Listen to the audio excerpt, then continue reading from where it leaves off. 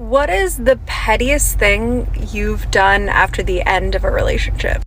I found out my husband was having an affair for 6 months. She was 19. And a lot of other weird shit. Snapchat porn accounts, being on steroids, lots of other women. The list goes on. His hotels and his second phone were all booked under the name Daniel, which was obviously not his name. Daniel became his alter ego, if you will. So much so that he even told his 19-year-old girlfriend his name was Daniel. She didn't even learn his real name until she went on vacation with him and her family months later, when he passed out very drunk on a boat. This shit is not even. And when she found his ID in his wallet, it was understandably shocking to learn that her boyfriend's name was in fact not Daniel, but I digress. Obviously, I filed for divorce and left his ass. And yes, the legal fees in my divorce financially devastated me, but whatever, I was fucking free. Sold my engagement ring and took a solo life-changing trip to Europe. And ended up writing a little book about it all. That book has now been read by hundreds and thousands of women around the world, helping them take their power back and heal. And my ex-husband, I named his character Daniel. So if you've been on my account from the beginning, you'll remember that I posted a video a year ago. I think it's taken down now. I think I took it down.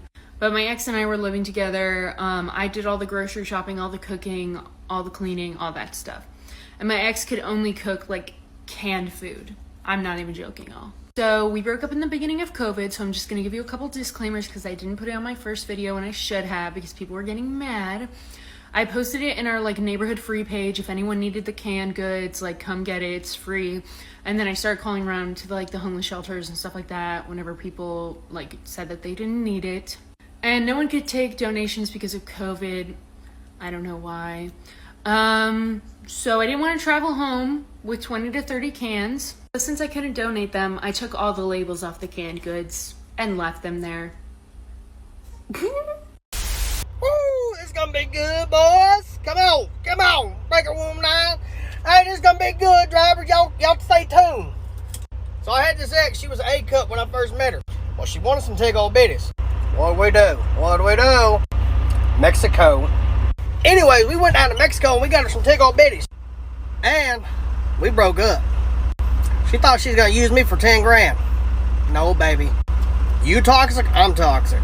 You can take your ass back to an A cup. We breaking up. Goodbye. Yep, so anyways, yeah, you ain't keeping no fucking D's, baby. Nope. What happened? You wanna know what happened. So I was walking to the house with this sharp ass knife I just bought, and I was holding it like this. Guess who comes around the corner? Right titty straight into the knife. She ran right into this knife. Guess who's like a little boy again.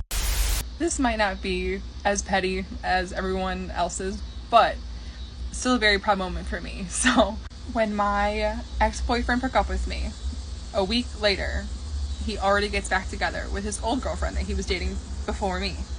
But he still had one of my shirts. And I fucking love that shirt. I was getting that shirt back. But I didn't really want to talk to him, see her, do any of that. So I just pulled up to his house when I knew he wasn't there. His grandfather lets me in. I go up to his room. My shirt is exactly where I left it. They hadn't moved it. But while I was there, I took my perfume. It was Love Spell at the time, of course. And I sprayed it everywhere. Fucking over everything. All over his pillow, all over his blankets, all over his clothes, all over her stuff. I found her like very loved, clearly had forever childhood stuffed animal. And I just basically poured this perfume out. I didn't like pour it, but I doused it in this. Because I knew every night she was gonna have to sleep with this thing. And she's not gonna wanna wash it.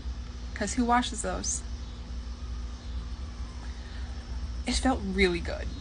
And I got a really angry text that night. It was still one of the best things I've ever done. A couple of years ago, I found out my ex was talking to other girls on Yubo when he was saying that he was like asleep and stuff. So I was like, okay, fuck this noise and fuck you, and proceeded to make our mutual friend fall in love with me. This boy was like sending me voice notes about how much he loved me, right? And this very specific mutual friend was actually a mutual friend that my ex, was scared already had feelings for me, or I had feelings for him because we got along really well. They still have beef to this day, and I haven't spoken to either of them in about 2.5 years. Stay evil. I was in college, so don't judge me, I was immature. And I took my ex's phone number and I made a Craigslist post of woman seeking man. And in the post I put, text me at this number, a picture of your dama ding dong. And he got hundreds of texts. He called me crying. I'm literally about to leave on a road trip, but I had to stop what I was doing to tell you this story. I had a crazy ex-boyfriend. I sued him on Judge Judy, and it's this like whole long story, but the gist of it is he lied to me, stole from me, all these things, but obviously I didn't know until the end of the relationship. We were already kind of on the fritz. I was getting ready to pull the trigger of ending the relationship, but I didn't have like proof for all these things I thought he was lying about. Until his ex-girlfriend messaged me. She was like, you probably won't believe anything that I say because he's probably already told you all these lies about me, but I need your help. And I'm like, girl, I want to break up with him anyways. Like, we are donezo. What can I do for you? She told me that they were on a car together, they co-signed together, and she ended up giving the car to him because she wanted to sell it, he wanted it. Long story short, he had this car and she needed to get it back because he was not making any payments on it and it was affecting her credit. And I was like, girl, I know where he lives. So like any good woman would do, I gave her his address of the apartments he lived in. And I knew that he didn't park in the secured parking garage. He parked it on the street because his car used to get towed all the time. And I'm like, this is where it's at.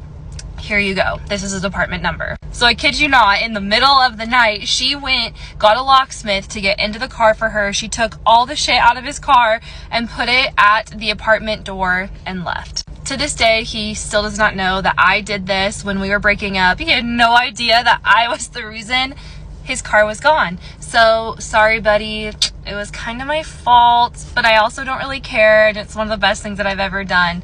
Hope you're doing well.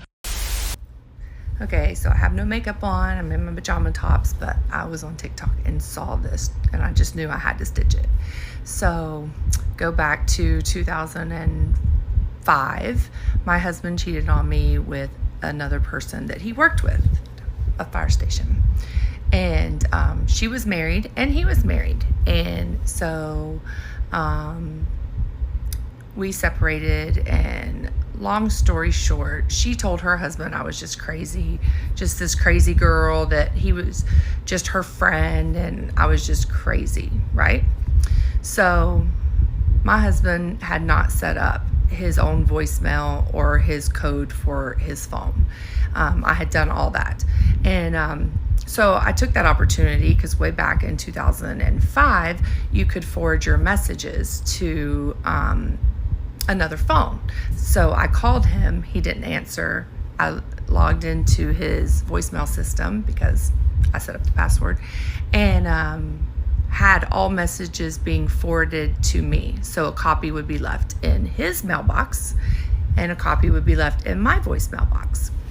So fast forward 3 months later, I had made sure I had recorded all of the messages she was calling and leaving for my husband. Hey, I don't know what you did to me tonight, but my back is killing me, and oh, sex and blah, blah, blah, blah, blah. So anyways, I recorded it for months and got all the evidence I needed. And then I called her husband and played it for him. Not my finest moment. I feel really bad for him, but I felt really bad for him that he was believing her, that he didn't realize that they were in fact having this affair for a while. And yes, this is the same person that stabbed me in my previous video that I did a stitch on. So needless to say, I played it for him, and I don't know if that helped, but they are now divorced. And I kind of chuckled about it because she made me think that it was just me and they were just friends, and she was making everybody else think that. And yeah, no, that is very petty, but still one of my finest moments, I think, because I got her. And not to mention, I ended up with a good husband. She ended up with someone who is also a cheater. So good luck with that.